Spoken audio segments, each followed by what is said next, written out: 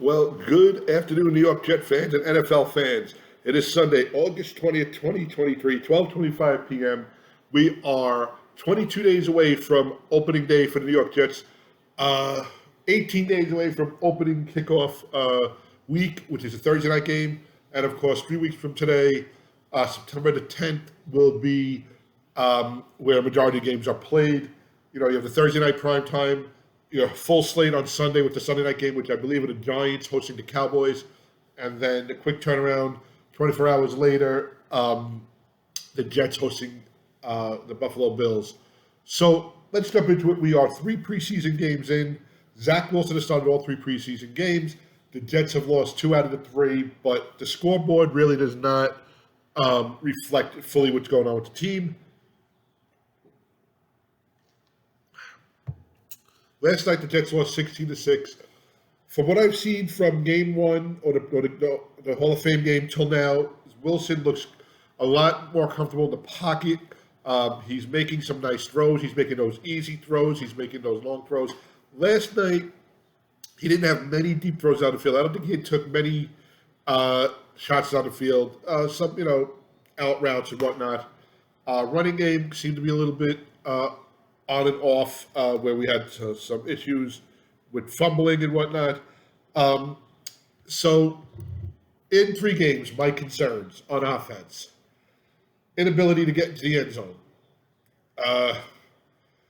Last night, Wilson extended drives. He had a beautiful run where he got out of the pocket, avoided the sack, went up the sidelines, and then cut back in about the 20-yard line or so. Took a shot. I wish he wouldn't be taking these shots, but got us within the red zone. And then between penalties and loss of yardage and just mental errors, took us out of touchdown range, and we had to settle for field goals. So we had 3 field goal attempts.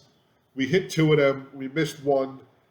We should have probably missed the first one. The first one looked like it was tipped and it went end over end through, but it went through. We had a turnover deep in the Tampa Bay area of the field as well. So just not completing the drive and getting the 6 points on the board can be concerning. But again, you're looking at preseason. You're looking at a very vanilla gameplay calling, game plan. No Garrett Wilson. No starting tight ends. I'm trying to think. Lazard played, so, all right. And it's not your quarterback. It's not Aaron Rodgers, which leads me into this. And I didn't want to head off with this. Just wanted to, kind of work our way into this.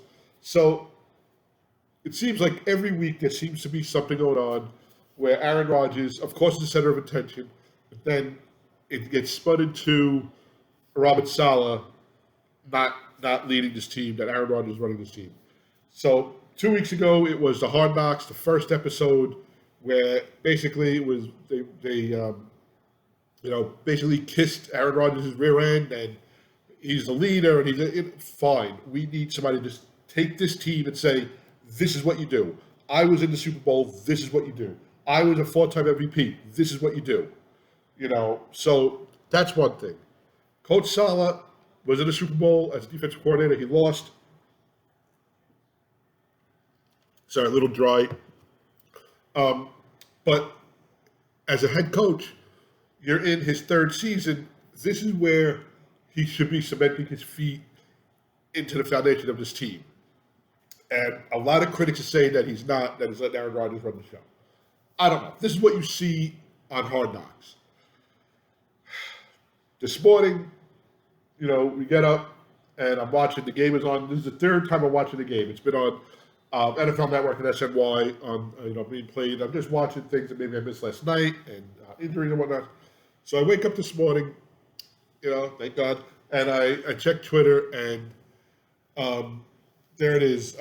Brian Costello, a reporter from a local newspaper, and a local sports network, or I should say a national sports network, reports Aaron Rodgers is going to start Saturday night against the Giants. And at first I'm like, all right, maybe not. And then I get in the car and I put on the radio, and that's all that the local sports stations are speaking about. I remember, okay, and many of the new generation don't know this. The older generation will. Training camp were 2-a-days, okay, and the 2 days meant they got up, they came in, they had their breakfast or whatever at 7 a.m. or whatever, put on pads, and went out and did an hour and a half session of training. Maybe it was all special teams, maybe it was all different, different aspects. Then you had a break, they went in for lunch, they went into classrooms. At about maybe 1 o'clock, 2 o'clock, they came out again in pads. And they went again. Contact drills, shells, and all. A couple of CBAs ago, they made it that it was one a day, and you wear shells only a certain amount of time a week. And, okay, you want to reduce the risk factor in injuries. But I can remember Curtis Martin, Hall of Fame member Curtis Martin, who actually, this is a Curtis Martin shirt, there's a number on the back.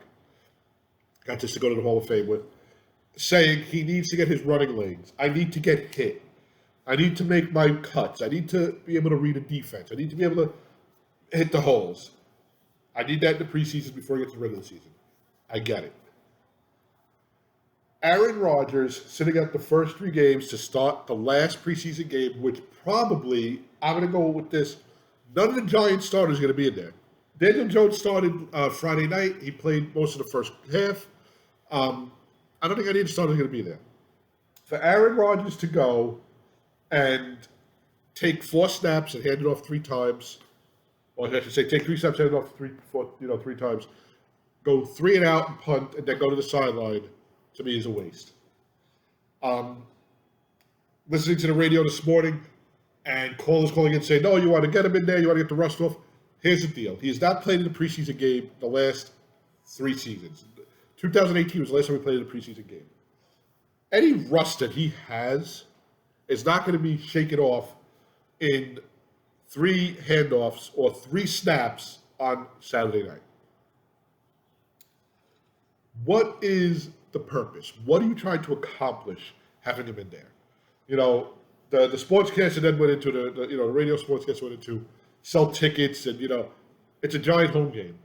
Okay, so first of all, their tickets are sold. Unless people are going to try to do it on the secondary market, but that doesn't help the Giants. It doesn't help the Jets at all either. The Jets don't get any type of financial reward from the gates this weekend because it is a Giant home game.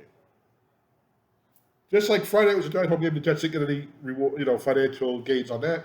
Last night was a Jet home game, the Giants didn't get any financial gains. Next Saturday, it is a Giant home game. Whether the Giants were playing the Jets or the Arizona Cardinals, and I just looked up and saw the Arizona Cardinals helmet, that's why I came to mind. It's all their income. Whatever money they make on merchandise, whatever, it's all theirs. So Aaron Rodgers going out Saturday has no upswing whatsoever. Okay?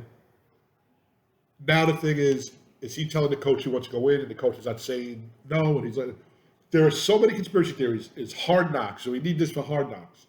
I'm going to go back to the last time the Jets were on Hard Knocks. 2010, Hard Knocks, they come off the 2009 AFC Championship run. Sanchez, Rex, going into his second year.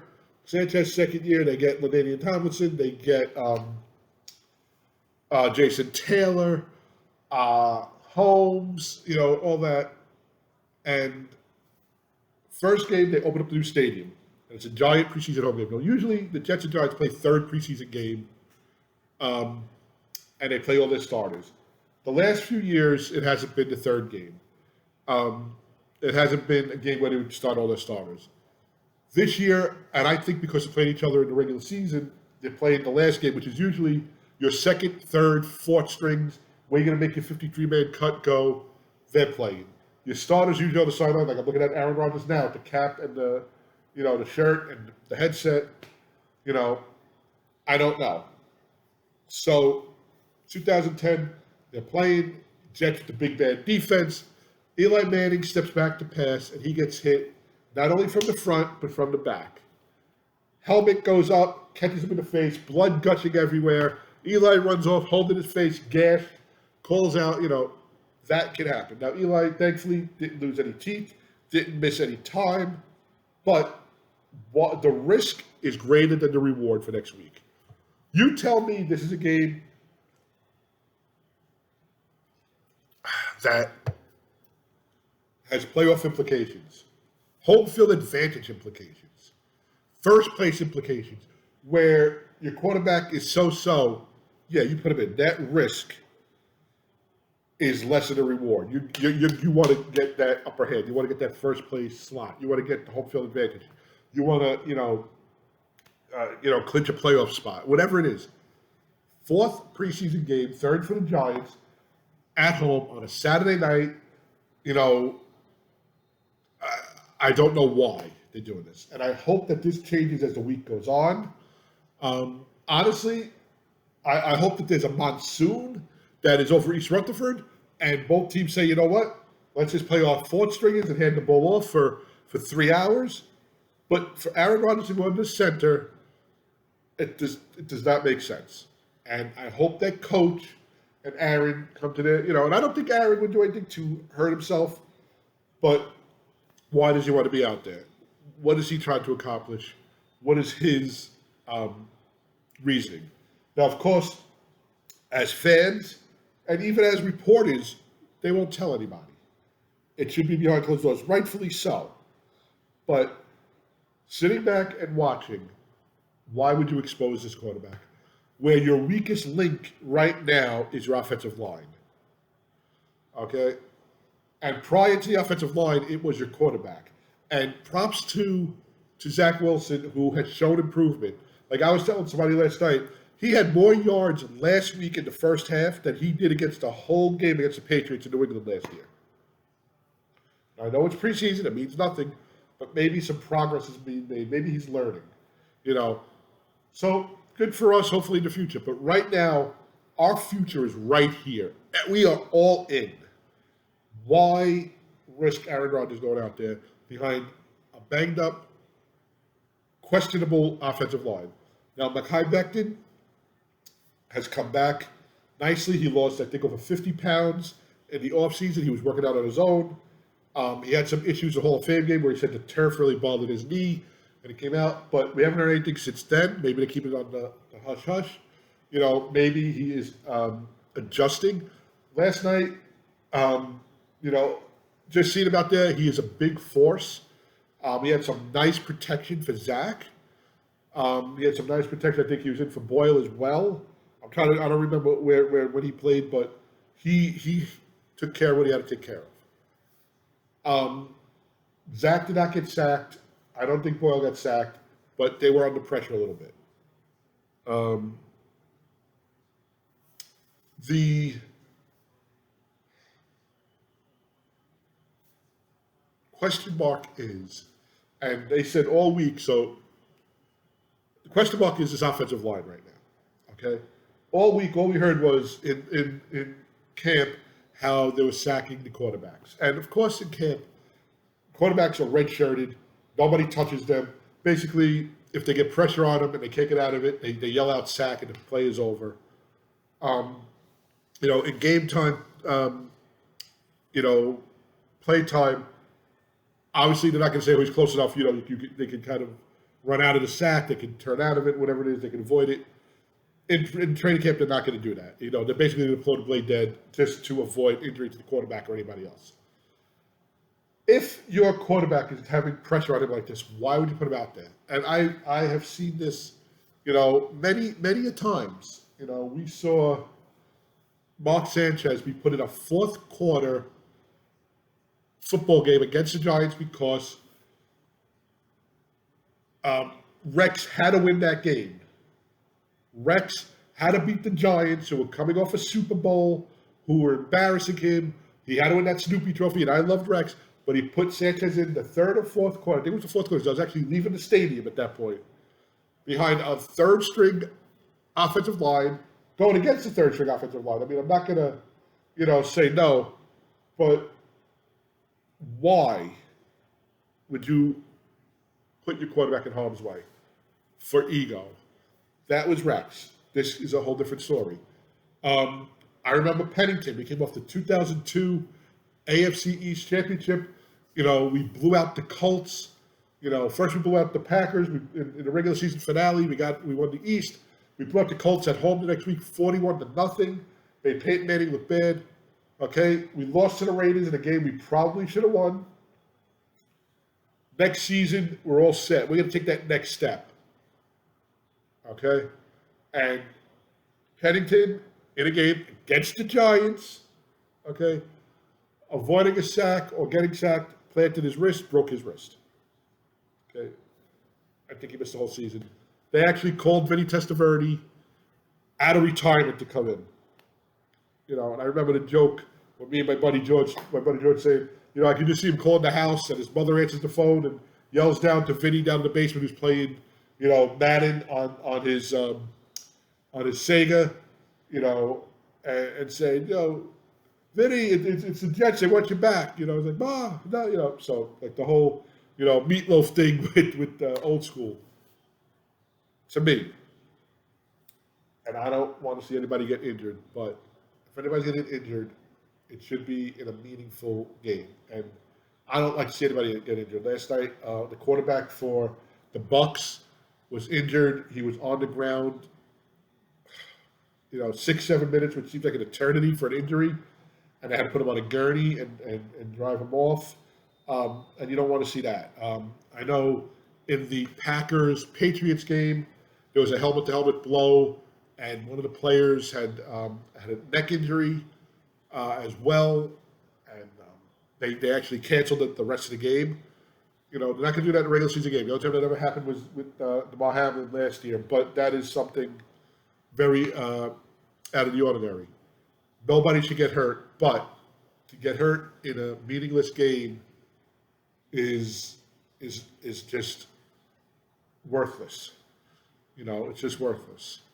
So I hope that both Aaron Rodgers and coach come together and say, listen, it doesn't pay for you to go out there, take a few snaps. Give the kid some more, give Zach 3 quarters, or give Zach a quarter because he's on number 2. Give Boyle the rest of it, and let's see what happens.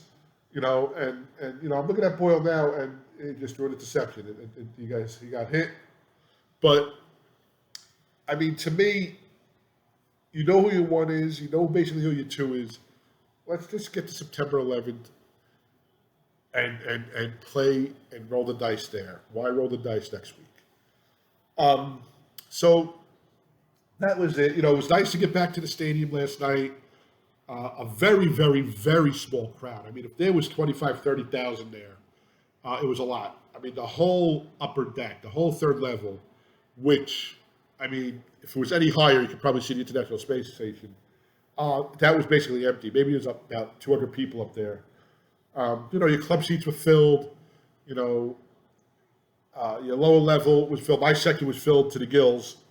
Some Bucks fans and whatnot. But, my daughters said, different vibe. So basically, a buddy of mine had extra tickets, gave them to my nieces. So my oldest daughter, my youngest niece sat together in my buddy's seats, a couple of sections over. I sat in our seats, and then after halftime, I went to, meet them and check on them. And I stood with them, and my daughter was like, Dad, such a different vibe up here. Nobody talks, nobody really, and I'm like, first of all, preseason game, these are probably not season ticket holders. And secondly, it's just, not a lot going on. That's basically, the vibe. It was nice to get there. I saw some of our old friends,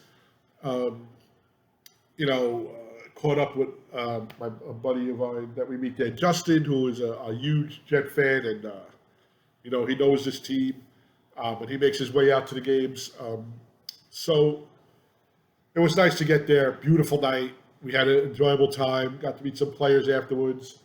And I said, all right, now on to September 11th and opening day. Let's get through the Giant game. no injuries, no nothing. I don't care if we go 1-4 in the preseason. Um, that record doesn't mean anything to me. It's when you go from September to the end, what your record means. Now, I've said in my past videos, I'm not going to give any predictions until the final 53 or just prior to the first week of the games are set. I'm going to wait till after the last preseason game, see who's cut, see who's starting, see who comes off the pup, if anybody is released, if they pick up anybody, and take it from there. I'd like to see them pick up another offensive lineman. I know there was talk of, I think, a Packer offensive lineman that they were looking into. You know, but to look at this team right now, and you can't say how great they're going to be or how bad they're going to be on offense because we haven't seen Rodgers there. But it has to be an upgrade. And nothing against Zach again, but you're talking about Aaron Rodgers compared to Zach Wilson. The leadership aspect itself should be, a tremendous advantage. So right now, the defensive line looks really good. They look really good. And they have the Jets schedule up in their first 4 games. Home for Buffalo, at Dallas, home for New England, home for Kansas City.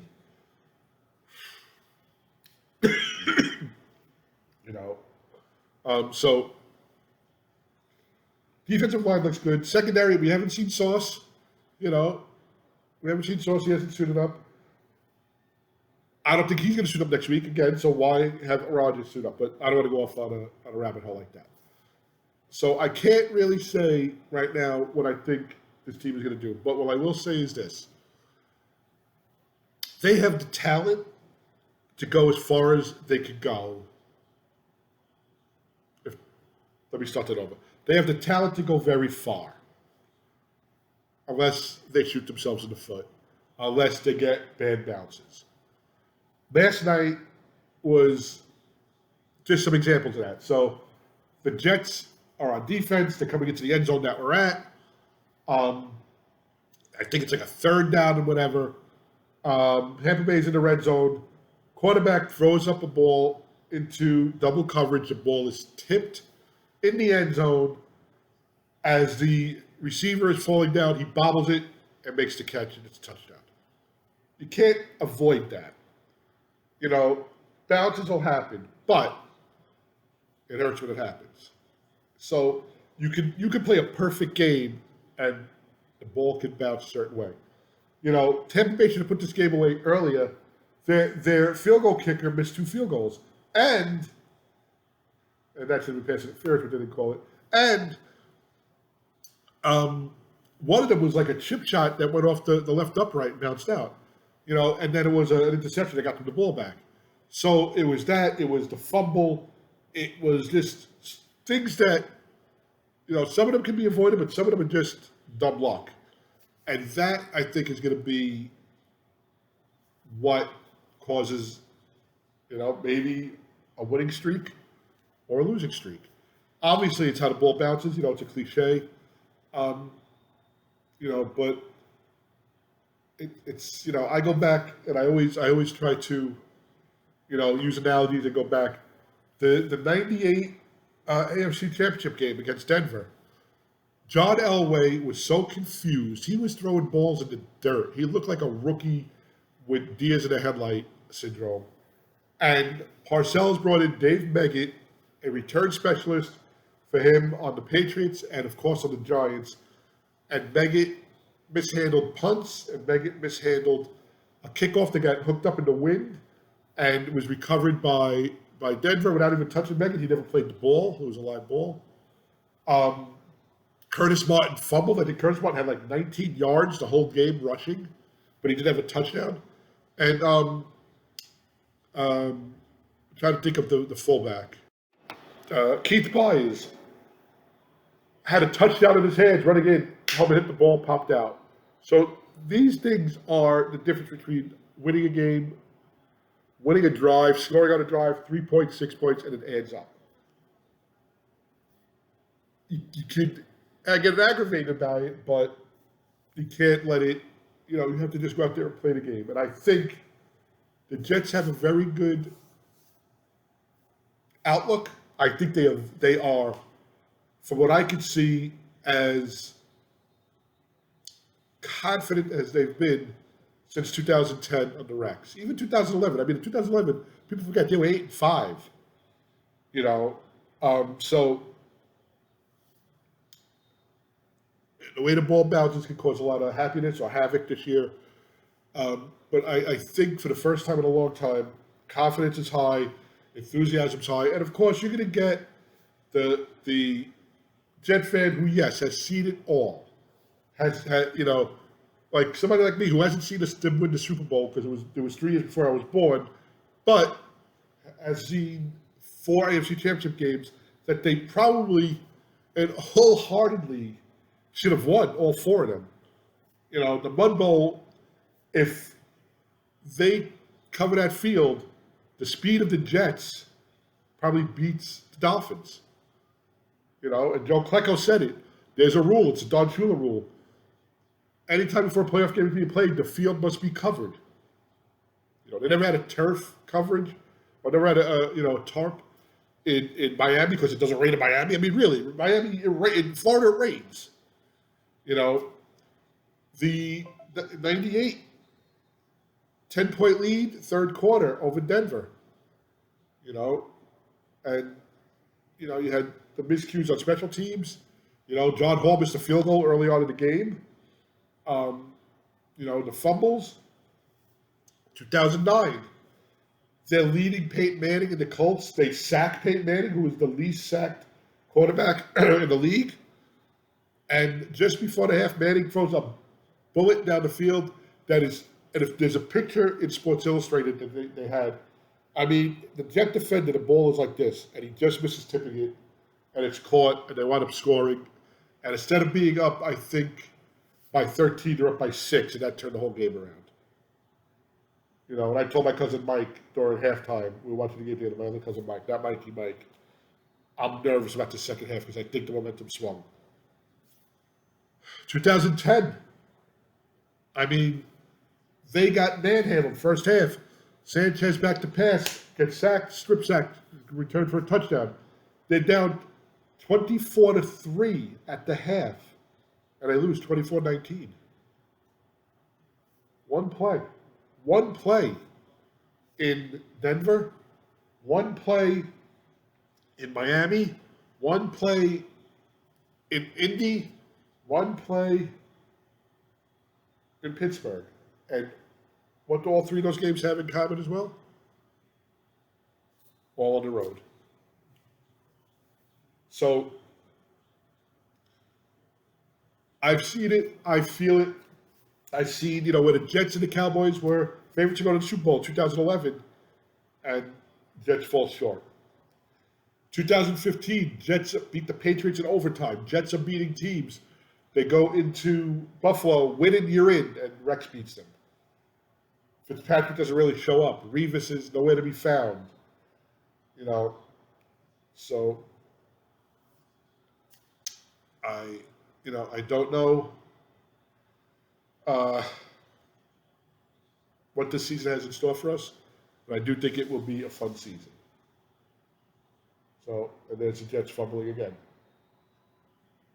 So, we are to take off. We're going to try to do, like I said, 2 videos a week. We'll do a preview video and a recap video. If anything happens in between that, we will do videos, to update you. But follow us on Twitter. At the Jets Takeoff is our Twitter handle. Follow us there. You can email us at thejets.takeoff@gmail.com. We're on Facebook. The Facebook page is not as active. It's called The Takeoff. And we're on TikTok. I posted something last night on TikTok. We're called The Takeoff on TikTok. Okay, that's our handle, The Takeoff. And of course, here on YouTube, The Takeoff is the account. At the Jets Takeoff is the channel. Google us. You can Google Alex Spaziali. You will find the videos. Subscribe to us. When you subscribe, you're going to have alerts every time a video is posted. Like the video. Retweet the video. I'll put it on Twitter. Share the video. Give us a comment. Were you out there? Last night I'm walking. I'm taking the girls to their seats, and Mikey Hulkhands, who sits in the section a few over from me, checks out my shirt. And he goes, "You at the Hall of Fame?" I said, "Yes." He goes, "I was there too." Just started talking, about the experience of the Hall of Fame. That's what we want to hear. That's what we want to know. Of course, this is for following the team, but it's for the fans. What is your experience with this team? Yes, we all know the bad experiences. We all know the highs and lows. But what do you expect this year? What do you do this year? I said to somebody yesterday, "What time are you getting here for the first game on the 11th?" He said 5:30. I said, "Okay." I'm talking to that guy Justin, that young man Justin, and he's talking about coming here the first night. He goes, "What time are you getting here?" I was like, "I don't know. I got I'm trying to work it out." And I said, "But the guy that I was talking to earlier said he's getting here at 5:30." He goes, "AM?" And I'm like, "No, not AM. He's not going to be able to get into the stadium at AM. He's not even going to be able to get into the parking lot at AM at 5:30." But what are you to do opening day? What do you're tailgating, you're getting here early. It's still up in the air, but we want to hear from you. Please check us out. Have a great rest of your weekend. Have a great week. Have a blessed week, a blessed week. However you like to say it. Stay safe, stay healthy, and let's say the same thing for the Jets. Stay healthy, and let's see if any of this news changes.